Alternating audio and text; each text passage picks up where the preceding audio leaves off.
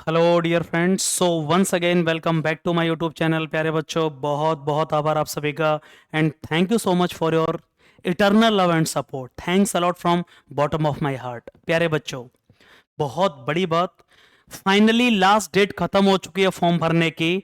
Last date तक कुल कितने फॉर्म भरे गए? बच्चे कंफ्यूज्ड हैं। कुछ बच्चे इसी में खेल खेल रहे हैं कि फॉर्म फॉर्म क्या होता है, क्या करना है। केवल फॉर्म से कुछ नहीं होता कि कितने फॉर्म भरे गए हैं। एक्सपेक्टेड कट ऑफ का रेशियो सर कितना सेफ स्कोर होगा? एग्जैक्ट अभी एक महीने का समय बचा हुआ है, 30 डेज का समय हमारे पास है। और सर क्या करना चाहिए? नॉर्मलाइजेशन से कितना फर्क पड़ सकता है सर? दो थे तीन बच्चों की क्वेरी थी कि सर कितने मार्क्स इंक्रीज हो सकते हैं नॉर्मलाइजेशन में, कितने तक मार्क्स मिल सकते हैं सर नॉर्मलाइजेशन में। 8 से 10 मिनट का वीडियो, बहुत इंपॉर्टेंट वीडियो आपके लिए होने वाला है। तो एक बार ध्यान से इस बात को सुनिएगा और मैं एक एक चीज आपको बिल्कुल क्लियर बताने वाला हूं। जैसा कि आपको बताया, मैं बिल्कुल डायरेक्टली बातें करता हूं, कोई घुमा फिराकर बातें नहीं करनी होती हैं। सबसे पहले लास्ट डेट कब थी प्यारे बच्चे? लास्ट डेट निकल चुकी है और लास्ट डेट जो थी वो आपको पता होना चाहिए। वो थी सर कितना? 11 फरवरी। टोटल फॉर्म कितने भरे गए? मैं बिल्कुल क्लियर बातें करने वाला हूं। 2,40,000 फॉर्म इस बार भरे गए हैं। लास्ट डेट तक 11 तारीख की शाम 5 बजे तक 2,35,000 और 36,000 फॉर्म थे, जिसका कि रजिस्ट्रेशन जो नंबर है वो भी मेरे पास है। बच्चों ने भेजा कि सर लास्ट शाम को 2:47 पर जब मैं फॉर्म भर रहा था तो उसकी संख्या 2,31,000 थी, जो बच्चे ने मुझे कमेंट बॉक्स में भी बताया, रजिस्ट्रेशन फॉर्म भी भेजा। 2,40,000 के आसपास मैक्सिमम, मतलब 4,000 5,000 इधर उधर हो सकते हैं, कम हो सकते हैं, ज्यादा नहीं है। 2,40,000 फॉर्म भरे गए और ये लास्ट डेट तक भरे गए। टोटल फॉर्म की संख्या, मैं औरों की तरह नहीं हूं कि आपको इस बात को बाद में बताऊं या सबको वीडियो चलाऊं फिर बताऊं, ऐसा कुछ भी नहीं है। 2,40,000 फॉर्म भरे गए। इस बात से आप सहमत हैं कि नहीं, पहले तो ये बता दीजिए। बिल्कुल ठीक है, 2,40,000। लास्ट टाइम कितने फॉर्म भरे गए? ये बात बिल्कुल सच है कि ये जो इंटेक होगा ये सबसे पहला इंटेक होगा जिसमें फिर भी कम फॉर्म भरे गए। पिछले इंटेक में जो फॉर्म की संख्या थी 2,50,000 से भी ऊपर थी। पिछले इंटेक में फॉर्म की संख्या 2,50,000 से भी ऊपर थी। ये बात आप सहमत हैं? बिल्कुल भी, इसमें कोई डाउट नहीं है। लेकिन फिर भी ये इंटेक वो इंटेक है, this will be the only intake that have a least number of candidates or least number of applicants. Okay? सबसे बड़ी बात आती है सर, बहुत दिमाग खराब है बच्चों का कि सर 4 साल की नौकरी है। कुछ कमेंट में ये कहते हैं, अरे भाई जब पैशन है वो 4 साल हो 40 साल हो, हम लोग रेगुलर आपको क्लास में दे रहा हूं, पैसेज की रोजाना क्लास। 2 पेपर मैंने करा दिए हैं, 2 पेपर मैं उधर मैराथन दे चुका हूं। आज मैंने 1 वर्ड की मैराथन चलाई है। इंग्लिश की गारंटी इस बार मेरी है, कोई दिक्कत नहीं है, रेगुलर आपके लिए वो मिलेगा। लेकिन भाई जब पैशन आपने बना लिया है वर्दी को, तो वो 4 साल हो चाहे 40 साल हो, कोई फर्क नहीं पड़ता। न कोई सर मेरी मेहनत को उसमें डेविएट कर सकता है।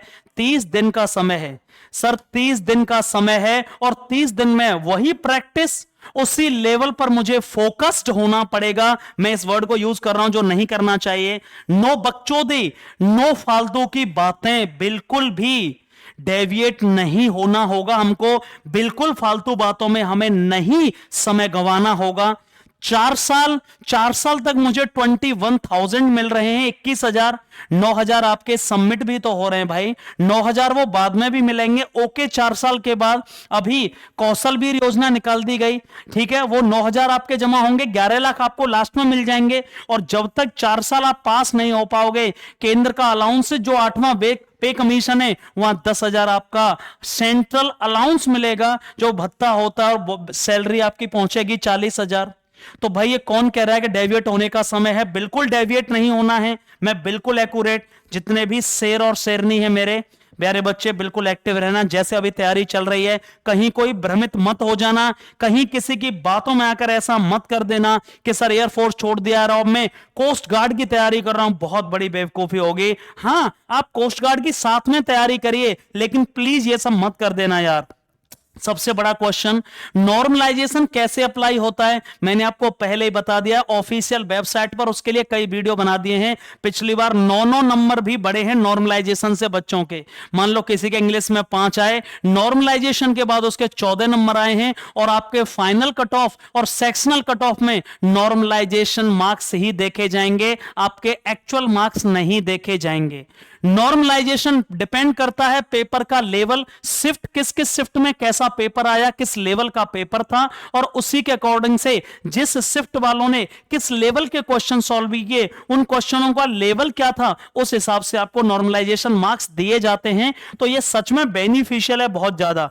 इसके बहुत कम चांसेस है कि इससे आपके नंबर कम हो जाएं। एयरफोर्स जैसे एग्जाम में आपके 100% इसमें बढ़कर ही मिलेंगे, कम होने के चांसेस ना के बराबर हैं। तो ये कोई दिक्कत ऐसी मत लीजिए, अलग से मैं वीडियो बना चुका हूं।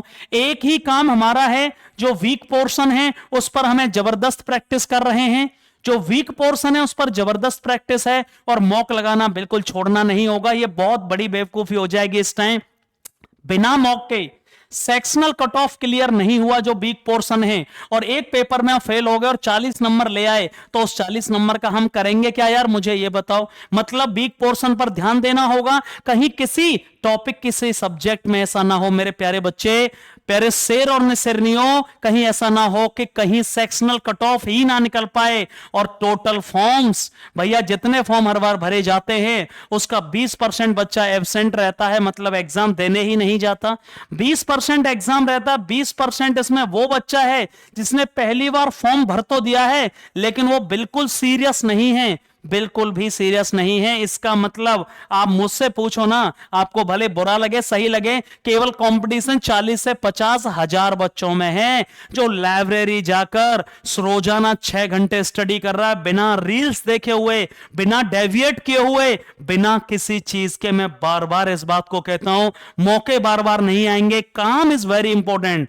आपका जो काम है वर्क इज बर्सिक, उसी से आपको रिकॉग्निशन मिलेगा, उसी से आपको 4 साल बाद, जो अभी 6-6 घंटे बात कर रहे हैं, 4 साल बाद कोई ये पूछने वाला नहीं है कि तेरी गर्लफ्रेंड कहां चले गए, सब तुम्हारी औकात पूछेंगे, और पूछेंगे बता तू कितना कमाता है, और तब तुम ये कहोगे कि नहीं अभी तो तैयारी चल रहा है, तुम्हारे मुंह पर लात मारकर लोग चले जाएंगे, कोई पूछने वाला नहीं होगा। और इसीलिए कहता हूं मैं कि लास्ट भैया जो कंपटीशन है वो उन्हीं बच्चों में कंपटीशन है जो ना दिन देख रहा ना रात देख रहा, और लाइब्रेरी में बैठ करके वो दिन रात एक कर रहा है। उसने सपना बना लिया, उसने ये नहीं देखा कि रिजल्ट परिणाम क्या होंगे, उसने केवल मेहनत पर बिलीव किया है। और इसीलिए मैं कहता हूं कि भाई डेविएशन का समय नहीं है। इस समय भी यदि कोई ये कह रहा है कि मुझे डिमोटिवेशन आ रहा है, तो इसका मतलब कहीं ना कहीं तैयारी में कमी है। याद रखना इस बात का, जो बच्चा तैयारी से एनर्जी से भरपूर है, जिस बच्चे ने मेहनत बहुत दमदार तरीके से करी है, समझ लेना उसे ऐसा लग रहा है कि सर 1 महीना नहीं कल ही एग्जाम हो जाए, कोई चिंता नहीं होगी बिल्कुल भी। यही मजा आता है, जैसे मुझे वीडियो बनाने में मजा आ रहा है आपके साथ, क्योंकि मैं एनर्जी से भरपूर हूं। फेज सेकंड के लिए हम लोग रेडी हैं पूरे दमदार तरीके से कि भाई ग्रुप डिस्कशन के बच्चे हर बार आते हैं। अभी भी क्लास आते हुए मुझे कॉल आए 4 लड़कियों के, मैं झूठ नहीं बोल रहा, नाम ले रहा हूं उस लड़की का, उत्तरा भरतपुर से, और उसने अभी कॉल करके बोला कि सर हम चारों लड़कियां, एसडीए की चारों गर्ल्स, आज हमारा जेडी था और चारों की चारों पास हो गई ग्रुप डिस्कशन में। सर आपका बहुत बड़ा आभारी है हम, अभी तुरंत बहुत खुशी मिलती है, बहुत एनर्जी बढ़ती है। और इसलिए जो डेविएट हो रहे हैं, डिमोटिवेट हो रहे हैं, मतलब आपकी तैयारी में कहीं ना कहीं कमजोरी है।